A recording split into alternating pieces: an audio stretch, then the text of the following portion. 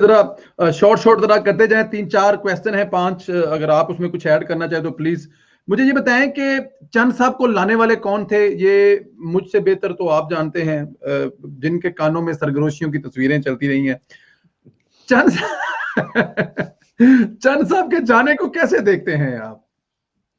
Sir देखें, चंद साहब के साथ बहुत ज्यादती हुई थी, बहुत ज्यादा ज्यादती हुई थी, हद से ज्यादा ज्यादती हुई थी। ये बताया, मतलब मेरे पास वो अल्फाज नहीं है कि चंद साहब के साथ किस तरीके से उनको ब्लैकमेल करके और उनको धकेला गया था कि उनकी सारी जिंदगी की जो जमा पूंजी है, पैसा नहीं होता, जमा पूंजी असल इज्जत होती है, वो दांव पे लग गई थी। और उनको ऐसे हालात में एक ऐसा फैसला करवाया गया था जिसकी वजह से वो ना वो सो पाते थे ना वो जाग पाते थे। उनको समझ में नहीं आ रहा था मेरे साथ क्या हो गया, लेकिन बहरहाल उनकी कमजोरी थी जिसकी उन्होंने बहुत बड़ी सजा भुगती है।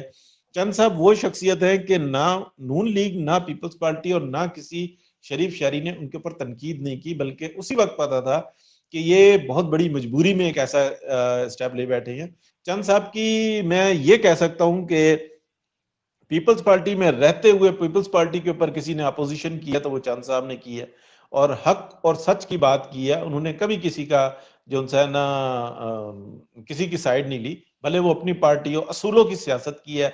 उनका उनके इलाके के अंदर एक नाम है, वो फलाह बहबूद के लिए काम करते हैं, पाकिस्तान की आवाम के लिए काम करते हैं और हक और सच की बात है।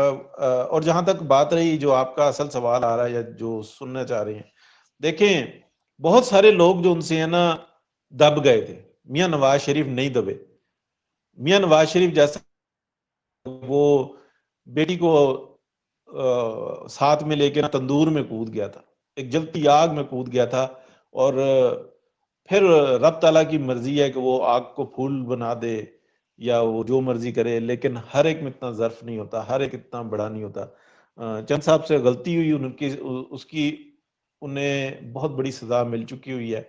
हमें उनके ऊपर कोई बात नहीं करनी चाहिए। जो करने वाले हैं ना वो आज तनाज़ा बने हुए हैं, वो आज एक सवालिया निशान बने हुए हैं। सवालिया निशान बने हुए हैं, बिल्कुल ठीक है।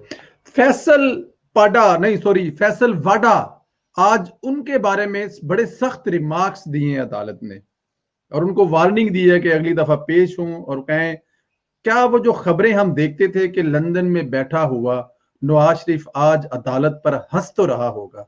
लंदन में बैठे नवाज साहब हंसते हुए तो दिखाई देते थे, इस्लामाबाद में बैठे हुए वाडा साहब हंसते हुए हंसते नहीं होंगे? देखिए, फैसल वाडा साहब का केस बड़ा क्लियर है, दो टॉप केस है। उनकी नेशनैलिटी थी और उन्होंने जीतने के बाद उनसे ना उसको क्या कहते हैं, सरेंडर किया है। सरेंडर किया है या उसको मनसूख किया है, रिवॉक किया है, जो भी है। लेकिन अ, अभी तक कई दफा ये भी आती है कि रिवॉक नहीं किया, उन्होंने नहीं छोड़ी है।